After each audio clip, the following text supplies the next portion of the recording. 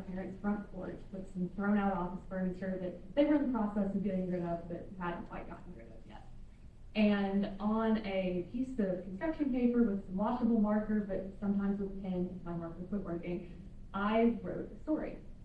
I wrote about the adventures of a brave and intrepid dog named Polo, who I put into oftentimes bizarre situations. For example, she got trapped on a boat inexplicably. But the thing about Polo was she always made it through. When I finished writing that story, I was very proud of myself. I wrote a title on the front, I stapled it together crookedly, I turned it over, and on the back, I wrote other books you might enjoy, and then wrote books that didn't exist that would be written by me at a later date. Now, I never wrote those stories, but I have written things since then. My name is Louise Phillips, and I am a writer, I am a photographer, I'm also a humanities student at Mississippi State University, not too far from here. And I've discovered that writing is something that is very human and very powerful.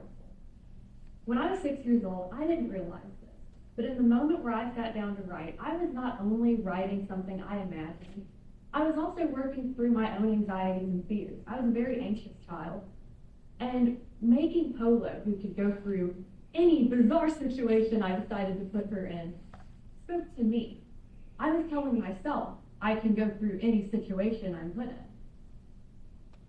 Have you ever heard of Judith Shakespeare? It's okay if you haven't, she didn't exist.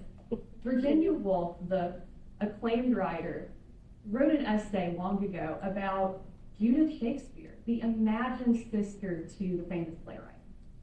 Virginia Woolf wrote that Judith Shakespeare may have been just as talented or more talented than Shakespeare himself. He may have been able to even overcome his ability as a writer and a storyteller. However, due to the circumstances of the time, she may have been held back. She likely wouldn't have had an education. She likely wouldn't have had an audience. And Virginia Woolf writes that Judith Shakespeare kept trying to tell her story, to have a voice to speak her story, but may have been held back. Virginia Woolf and Judith Shakespeare's story established. But Virginia Woolf was working through her experiences. She was working through her concerns about women in education, the historical treatment of women and women in the workforce, women as writers. She was working through that by projecting that onto her imagined character, Judith Shakespeare, much like 6-year-old me was doing much more poorly with my dog Polo.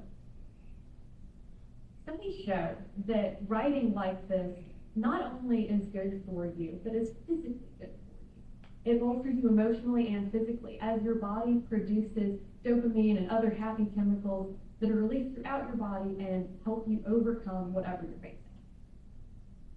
One such study showed that students who had a very stressful exam to take, who were allowed to write freely beforehand, were much calmer and therefore were able to perform better. They were able to test better with less fear, less breakdowns, less tears. I've discovered this in my own life. I am a student at Mississippi State University, as I've mentioned before, and I'm a first-generation student. My parents did not graduate from college. And when I started, I felt a responsibility on my shoulders.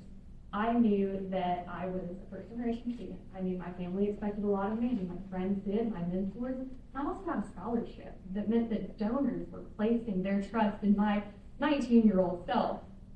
And I was scared. I was anxious. I had never been in a situation like college before. I had never been in a university setting, and I was also homeschooled. I had not been taught by other people very much. I was frightened. And I wrote. As an English major, I had to write for class. I also wrote outside of class, often in the Notes app on my phone, because, let's be honest, our phones are always in our hands.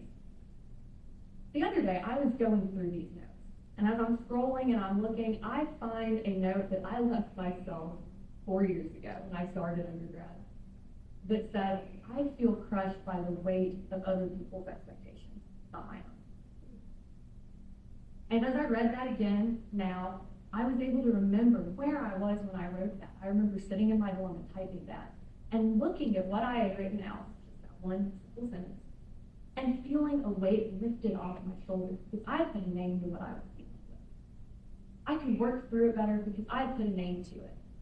Whether you're writing fiction like I was as a child or just a note to yourself, you're rising above your concerns, your fears, your weights, your pressures, and you're looking down at them more objectively, it strengthens you to be able to work through it. That's what Virginia Woolf was doing with Judith Shakespeare. That's what I was doing, writing my phone note. And I was able to calm myself, work through other people's expectations versus my own desires, and ultimately make it through that first year of college and several subsequent years. I'm even attempting to sign up for a master's and do more. Writing gives you power. It gives you a voice. It gives you the ability to rise above whatever you're going through. And as women, we go through a lot, whether it's motherhood or looking at your parents aging or becoming a caretaker, going to college, starting a business, getting a promotion, whatever you're going through, it's hard and that's okay.